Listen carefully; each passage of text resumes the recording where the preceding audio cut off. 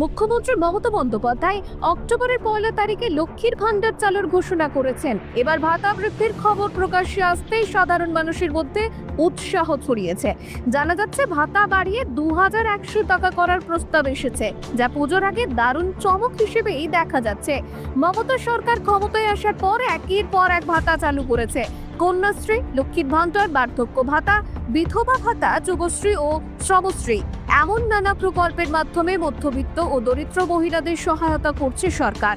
বর্তমানে সাধারণ মহিলারা 1000 টাকা, তপশিলি মহিলারা 1200 টাকা ভাতা পান। এবার শোনা যাচ্ছে নতুন প্রস্তাব অনুযায়ী ভাতা 2100 টাকায় উন্নীত হতে পারে। ভাতা পাবেন সেই মহিলারা যাদের বার্ষিক আয় 2.1 লক্ষ টাকার কম। এর জন্য তাদের সিঙ্গেল ব্যাংক অ্যাকাউন্ট থাকতে হবে এবং কেওয়াইসি জমা থাকতে হবে। যদিও ভাতা বৃদ্ধির প্রস্তাব এসেছে, আপাতত তা চূড়ান্ত হয়নি। বিশেষজ্ঞদের মতে 2026 সালের বিধানসভা নির্বাচনের আগে এই পদক্ষেপ কার্যকর হতে পারে।